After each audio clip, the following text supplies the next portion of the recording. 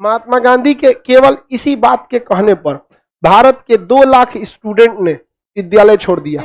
धर्म की बात वही करेगा जिसे फ्यूचर में चुनाव लड़ना है, वो अपने को फेमस करना चाहता है और कोई मकसद नहीं है उसका। अंग्रेजों का कपड़ा धोने से धोबी ने मना कर दिया, जबरदस्ती धोवा देते तो जला देता था। ले ससुरा कुछ दिन में ससुरा पैंट को रस्सी से बांध के खींचेगा इसे। पहली बार इतिहास में ऐसा हुआ था कि एक व्यक्ति के कहने पर, बिना इंटरनेट वाईफाई कनेक्शन के, एक व्यक्ति के कहने पर पूरा देश एकजुट हो जा रहा था, तो वह इकलौता व्यक्ति महात्मा गांधी था। वरना इस समय बताइए कौन था जो आपको एक साथ ला सकता था? कोई नहीं था। अभी के वक्त में आपका टेक्नोलॉजी आ गई है, ये आपकी बातों को तुरंत पहुंचाया जा सकता है। उस समय नहीं पहुंचाए जा सकते थे। अखबार में भी अंग्रेज जिसको मन वही छाप सकते थे, उल्टा सीधा अखबार में भी आप नहीं छाप सकते थे। तो उस समय महात्मा गांधी ने बहुत बेहतरीन काम किया था और पूरे मुसलमान सब भी किसके साथ आ गए? महात्मा गांधी। किसान महात्मा गांधी, मजदूर महात्मा गांधी, विद्यार्थी पढ़ा लिखा होता है, वो देखता है कि आदमी अच्छा रहेगा तो उसका साथ दे देगा। पूरा विद्यार्थी अन्ना हजारे के साथ था कि नहीं? क्या विद्यार्थी रामदेव के साथ है? विद्यार्थी सब समझता है।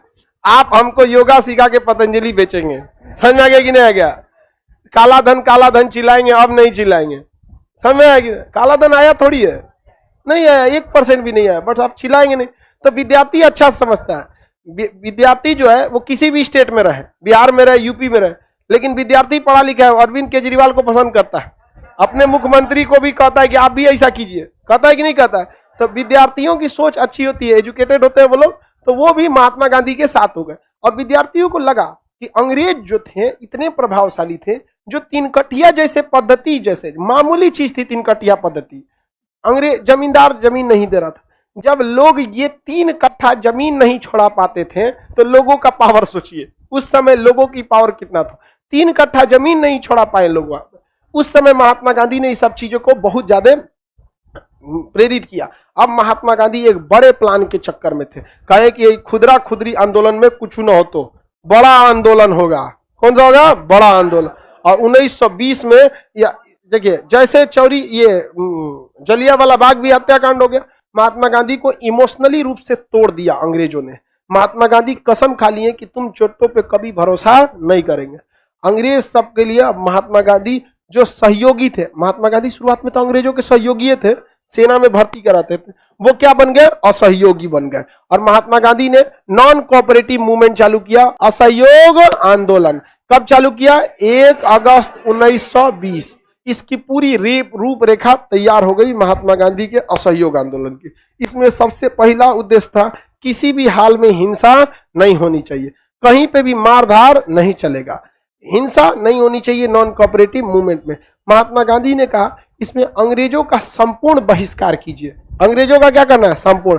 क्योंकि अब महात्मा गांधी सत्याग्रह नहीं करने वाले थे, भूख हड़ताल नहीं करने, अब क्या करने वाले थे? संपूर्ण बहिष्कार। महात्मा गांधी ने कहा कि विद्यार्थियों को अंग्रेजों के बनाए स्कूल में नहीं पढ़ना चाहिए। समझा गया? अंग्रेजों के बनाए स्कूल में नहीं पढ़ना चाहिए। महात्मा गांधी के केवल इसी बात के कहने पर भारत के 2 लाख स्टूडेंट ने विद्यालय छोड़ दिया। 2 लाख विद्यार्थियों ने क्या छोड़ दिया? स्कूल। अतनी आज कोई नेता बोले ना स्कूल मत जाओ, ओकरे मारेगा। महात्मा गांधी के कहने पे कितने विद्यार्थियों ने स्कूल छोड़ दिया? 2 लाख। और ये आप कहेंगे कि ये तो गड़बड़ किया, लेकिन उसी समय भारतीयों ने अपना विद्यालय खोला और 600 से ज्यादा विद्यालय खोले गए। और उन विद्यार्थियों को कहां डाला गया एडमिशन के लिए? वो अलग जो विद्यालय थे उसमें 600 विद्यालय में 2 लाख विद्यार्थी ने स्कूल छोड़ दिया। अंग्रेज का दिमाग ही खराब हो गया। उसका टीचर था, अकेले बैठ के चुपचाप गुड मॉर्निंग करता था। अब भारतीयों को, अब अंग्रेज जो थे वो शिक्षा के माध्यम से क्या करते थे? माइंड वॉश करते थे। जैसे आप लोग को शिक्षा है, एक शिक्षित व्यक्ति किसी भी टीचर में देखेंगे आपको शिक्षा को आपको एक अच्छी बात बताएगा, लड़ाई झगड़ा नहीं करना चाहिए, ऊंच नीच की भावना नहीं रखनी चाहिए, धार्मिक मामलों में ज्यादा नहीं पढ़ना चाहिए, धर्म में भेदभाव नहीं करना चाहिए। शिक्षक यही ना बताता है। तो धीरे धीरे आपके माइंड पर भी ये प्रभाव पड़ता है। और पढ़ा लिखा इंसान आलतू फालतू बातों में, धर्म के मामले में नहीं पड़ता है। अब देखिएगा, धर्म की बात वही करेगा जिसे फ्यूचर में चुनाव लड़ना है, वो अपने को फेमस करना चाहता है और कोई मकसद नहीं है उसका। आप धर्म का बात जो कहे उससे 4 गो शास्त्र के सवाल पूछिए, शास्त्रों में से 4 को सवाल पूछिए, नहीं बता पाएगा, चाहे वो किसी भी धर्म का। वो चुनाव जीतना चाहता है, तो आप पढ़े लिखे लोग हैं, अब अगर आपसे कोई धर्म के नाम पर वोट मांगेगा तो आप लोग भला देने जाएंगे? आप काम के आधार पर खोजने वाले होंगे। लेकिन आपसे जो पीछे की जनरेशन जो अभी जी रही है, वो अभी भी अपने जाति और धर्म पर ही जी रही है। तो आप एजुकेटेड हैं। तो अंग्रेज एजुकेशन फील्ड चलाते थे और भारतीयों का माइंड वॉश करते थे कि देखो भारत वाले किस काम के, सती प्रथा में लड़कियों को जला देते थे, विधवा पुनर्विवाह नहीं होने देते थे, उससे बेटर है अंग्रेज। तो अंग्रेजों की केवल तारीफ करते थे। तो वो एक शिक्षित समाज को ना तटस्थ रखना चाहते थे अंग्रेज। इससे बहुत बड़ा घाटा हुआ अंग्रेजों को। विद्यालय फुल टू किसके कंट्रोल में आ गया? भारतीयों के। अब वहां स्कूलों में राष्ट्र प्रेम की भावना भरी जाने लगी। अब यहां पर विद्यार्थी में से एक क्रांतिकारी आंदोलन हुए। यह बात हकीकत है कि असहयोग आंदोलन तात्कालिक समय में असफल रहा, लेकिन उसका लॉन्ग टाइम परिणाम बहुत जबरदस्त हुआ। एजुकेशन किसके हाथ में आ गया? भारतीयों के हाथ में। आज विद्यार्थी लोग को हर चीज, राष्ट्रीय अंतर्राष्ट्रीय मामलों पर आपको स्वतंत्र रूप से विचार रख सकते हैं। इसकी शुरुआत नींव कब से पड़ी थी? असहयोग आंदोलन। वरना अंग्रेज सब अपने हिसाब से सिलेबस तय करते थे सब। तो महात्मा गांधी, वकीलों ने वकालत छोड़ दिया, जज के पास जाने से वकील मना कर दिए। जज आते थे, अब नियम के हिसाब से वकील जो बोलेगा वो दोनों की दलीलों को जज को लिखना पड़ेगा और ये बताना पड़ेगा कि किस वकील ने कहां पर लॉजिक गलत दिया है। ऐसे नहीं जज फैसला सुनाता है कि नहीं आप जीत गए। जज का फैसला 200 पेज 400 पेज में आता है, इतना मोटा मोटा पेज में फैसला आता है, उसको हर बातों को लिखना पड़ता है। अब भारतीयों ने वकालत से कहा कि हम भारतीयों के खिलाफ कैसे नहीं लड़ेंगे। अब जब केस नहीं लड़ेंगे तो भारतीय कितनों बड़ा का अपराध करके जाता था, समझा क्या? कोनो के गाल कैसे नहीं लड़ता था। तो जज क्या लिखेंगे? यही ना कि सारी दलीलें इसके पक्ष में थी, विपक्ष में कोई दलीलें नहीं था। लो, अतः इसे क्या किया जाता है? बाइज्जत बरी किया जाता है। अंग्रेजों को बहुत बुरा घाटा लगा असहयोग आंदोलन से। विद्यालय स्टूडेंट्स ने विद्यालय छोड़ दिया, वकीलों ने वकालत छोड़ दिया, अंग्रेजों का कपड़ा धोने से धोबी ने मना कर दिया, जबरदस्ती धोवा देते तो जला देता था। ले सोच रहा दाग देंगे तो कपड़ा जल जो। यहाँ पे 900 का कपड़ा बहुत वीआईपी होता था, यहाँ पे दाग दिया कपड़ा। वहां पे नाई ने बाल काटने से मना कर दिया, कहा कि ले चाकू छुरी कैंची अपने से काट ले यहाँ पे। अब बेचारा वो बाल बढ़ा के घूम रहा है झबरा कुत्ता की तरह। कोई उसका दाढ़ी बनाने वाला नहीं मिल रहा है भारत में, कोई उसको सामान देने नहीं दे रहा है। जा रहा था सामान खरीदने तो कहते आटा है, शटर गिरा रहे, भाग यहाँ से, आटा लेने आया है यहाँ पे। तो अंग्रेजों का काफी लॉस हुआ। महात्मा गांधी ने असहयोग आंदोलन में हिंसा करने के लिए नहीं कहा, लेकिन लोग 2 कदम आगे निकल जाते हैं। युवा जहां रहेगा ना 2 कदम आगे ही निकल जाएगा यहाँ पे। तो विद्यालयों को छोड़ना पड़ा, अंग्रेजों को काफी ज्यादा इससे क्या हुआ? लॉस लगा। युवाओं ने क्या किया? अंग्रेजों का सामान जलाना चालू किया। अंग्रेजों का कपड़ा था उसको जला दिए, अंग्रेजों का खिलौना जला दिए, कोनो चीज में जला देते थे सब। तो रविन्द्रनाथ टैगोर ने कहा था कि ये एक तरह का अपराध है, क्योंकि गरीब लोगों का कपड़ा जला रहे हैं, ये क्या है? एक तरह का अपराध है।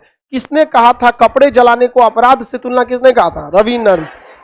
उनका भी कहना एक तरह से सही था कि देश की जनता गरीब थी, उत्साह में आके जलाना नहीं चाहिए। लेकिन ये क्या था? संकेत था। और खादी के कपड़े काफी महंगे आते थे, और खादी का कपड़ा पहनता कौन है आजकल? पैंट शर्ट कौन पहन रहा है आज के वक्त में? सब दुकान एगो बोरा ऐसा कपड़ा, जीन्स, वहां पे उसको ज्यादातर लोग पहनते हैं। तो उस समय भी अंग्रेज सब मॉडर्न कपड़े ले आते थे जिसको ज्यादा लोग पहनते थे।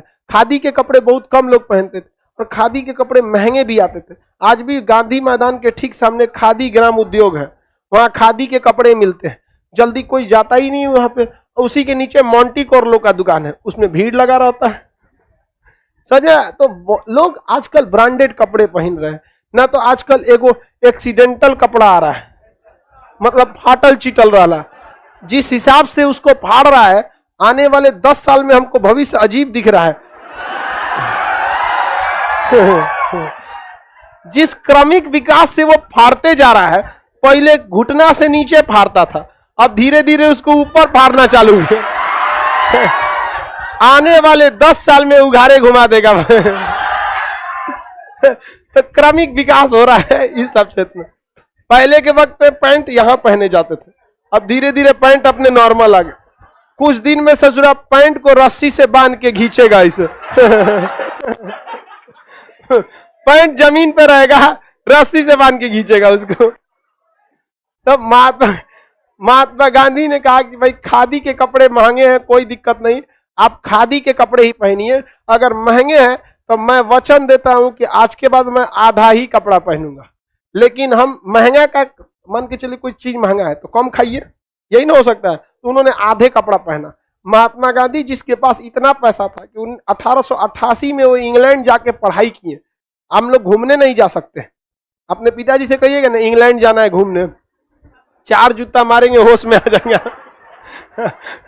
गांव का रिश्तेदारों मारेगा सब आपको, अरे चोट्टा कहीं का, तू बौरा गया, अरे तू घूमने जाएगा यहाँ पे, इतना पैसा धरल है, पेड़ लगल ना पैसा के। महात्मा गांधी इतने रईस थे उस वक्त में भी कि वो कहाँ गए थे पढ़ने, इंग्लैंड। लेकिन महात्मा गांधी देश के प्रति इतने समर्पित थे कि इतना संपन्न रहने के बावजूद पूरा जीवन बिता दिए आधे धोती पर ही उन्होंने बिता दिया पूरा जीवन। कहा कि कपड़े महंगे हैं कोई दिक्कत नहीं, हम आधे कपड़े पहनेंगे लेकिन अंग्रेजों का विरोध करेंगे। महात्मा गांधी इसका विरोध करना चाहते थे, लेकिन वो जानते थे कि अंग्रेज खोज रहा है सब, कैसे भी करके हिंसा हो जाए। महात्मा गांधी बार बार कहते थे भैया हिंसा मत करना लोग। महात्मा गांधी हिंसा के काफी ज्यादा विरोधी थे। हालांकि यह आंदोलन शुरुआत में ही लड़खड़ा गया था। शुरुआत में ही आंदोलन जैसे हुआ, बाल गंगाधर तिलक की क्या हो गई, मृत्यु हो गई। अंग्रेजों ने इसे हिंदू मुसलमान करने की बहुत कोशिश की, लेकिन महात्मा गांधी बहुत होशियार। उस समय मुसलमानों का सबसे बड़ा नेता शौकत अली था, क्योंकि मोहम्मद अली और शौकत अली ने ही क्या किया था, खिलाफत आंदोलन। तो महात्मा गांधी शौकत अली को बुलाए। किसको बुलाए? शौकत अली को बुलाए। और महात्मा गांधी ने कहा कि बाल गंगाधर तिलक एक कट्टर हिंदू नेता, गणपति महोत्सव, शिवाजी महोत्सव थे, इनकी अर्थी को पहले आप उठाइए। तो शौकत अली और मोहम्मद अली और महात्मा गांधी जैसे लोगों ने उनकी अर्थी को क्या किया, कंधा दिया, जो हिंदू मुस्लिम एकता को दिखाने के लिए था और बहुत ये जरूरी भी था। बहुत जगहों पे हिंदू मुस्लिम एकता को दर्शाया भी गया था, कई जगहों पे ऐसा घटना हुई थी। लेकिन महात्मा गांधी डर रहे थे कि कहीं भी हिंसा आंदोलन न हो। लेकिन धीरे धीरे आंदोलन क्या होता गया, हिंसक होते गया। आंदोलन क्या हो गया, हिंसक हो गया। और केरल में यह आंदोलन अली मुल्सियर के नेतृत्व में 1922 में, याद कीजिए, मोपला विद्रोह, याद है मोपला, कौन सा मोपला विद्रोह, किसने किया था, अली मुल्सियर। मोपला विद्रोह जो था अपने जगह पर एकदम सही था, क्योंकि केरल में जो जमींदार थे वो बहुत ही ज्यादा किसानों पर अत्याचार कर रहे थे। तो अली मुल्सियर ने कहा कि अब बहुत हो गया अत्याचार, निकालो लाठी, कूच दो, ले जाके बगीचा में बड़ी मार मारे सब, किसको, जमींदार लोग को, अंग्रेज को नहीं। अंग्रेज किसे आगे रखते थे, जमींदारों को।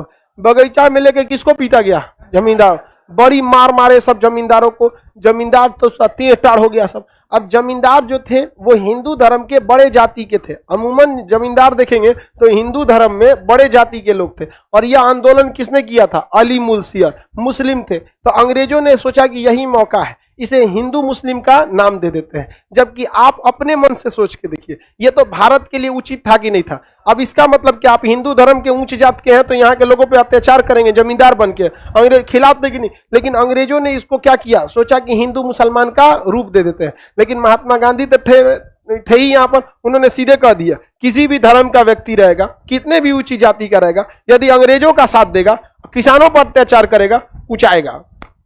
समझ में गया, ये हिंदू मुस्लिम का मैटर नहीं है। तो अली मुल्सियर ने यहां किया। लेकिन इसी समय एक और घटना हो गई, कहां पर, चौरी चौरा में।